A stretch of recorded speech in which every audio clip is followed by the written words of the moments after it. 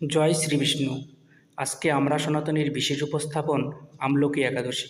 একাদশী একটি চান্দ্রতিথি, চাঁদের শুক্লা ও কৃষ্ণপক্ষে একাদশী তিথি পালিত হয়ে থাকে। বৎসরের বিভিন্ন সময়ে বিভিন্ন একাদশী পালিত হয়।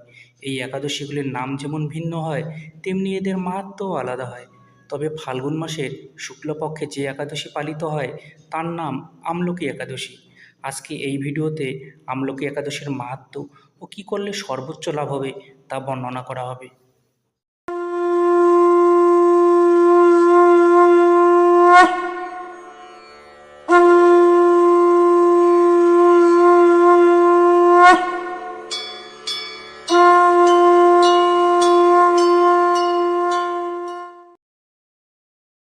পাণ্ডব রাজা যুধিষ্ঠির একদিন শ্রীকৃষ্ণকে জিজ্ঞাসা করলেন, হে জনার্দন, এই একাদশীর মাহাত্ম্য সম্পর্কে আমাকে বিস্তারিত বলুন।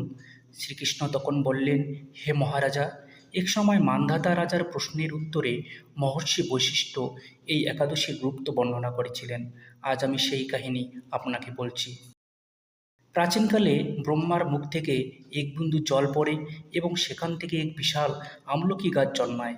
এই বৃক্ষের দর্শনে, স্পর্শে ও ফল গ্রহণে অসীম পুণ্য লাভ হয়। এতে ব্রহ্মা, বিষ্ণু, মহেশ্বর এবং দেবগণ অবস্থান করেন। এককালে বৈদিশ নামে এক রাজ্যে চন্দ্রবংশীয় রাজা চৈত্ররাজ শাসন করতেন। তিনি ও তার রাজ্যের প্রজারা সবাই এই একাদশী ব্রত পালন করতেন। এক বছর রাজা বিশাল আয়োজনের মাধ্যমে আমলকি গাছের নিচে ভগবান বিষ্ণুর পূজা করেন এবং রাত জেগে ভক্তি সহকারে সংকীর্তন করেন।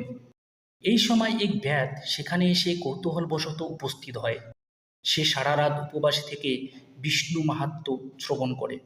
যদিও সে একাদশীর নিয়ম মানার উদ্দেশ্যে আসেনি, কিন্তু এই মহাপুণ্য দিনে উপবাস ও জাগরণের ফলে সে বিশাল আশীর্বাদ লাভ করে। মৃত্যুর পর ব্যাদ জন্ম নেয় এক মহাবীর ও ধর্মপ্রাণ রাজা বসুরথ হিসাবে।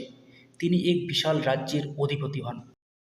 একবার শত্রুরা তাকে হত্যা করতে উদ্যত হলে এক দেবী তার শরীর থেকে উদ্ভূত হয়ে শত্রুদের বিনাশ করেন।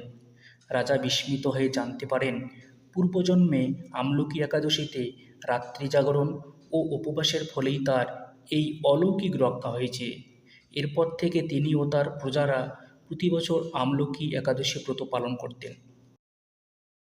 এই একাদশী পালন করলে সমস্ত পাপ মোচন হয় এবং মৃত্যু পরবর্তী বিষ্ণুলোক লাভ করা যায়।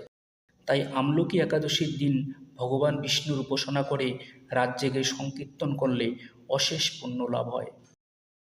যদি আপনি এই ব্রতর মাহাত্ম্য শ্রবণ করেন বা পাঠ করেন, তাহলে সহস্র গোদানের সমান পুণ্য লাভ হয়। আপনার কেমন লাগলো আজকের এই ব্রত কথা? যদি ভালো লেগে থাকে তাহলে ভিডিওতে লাইক দিন, চ্যানেলটি সাবস্ক্রাইব করুন এবং শেয়ার করুন। জয় শ্রী বিষ্ণু।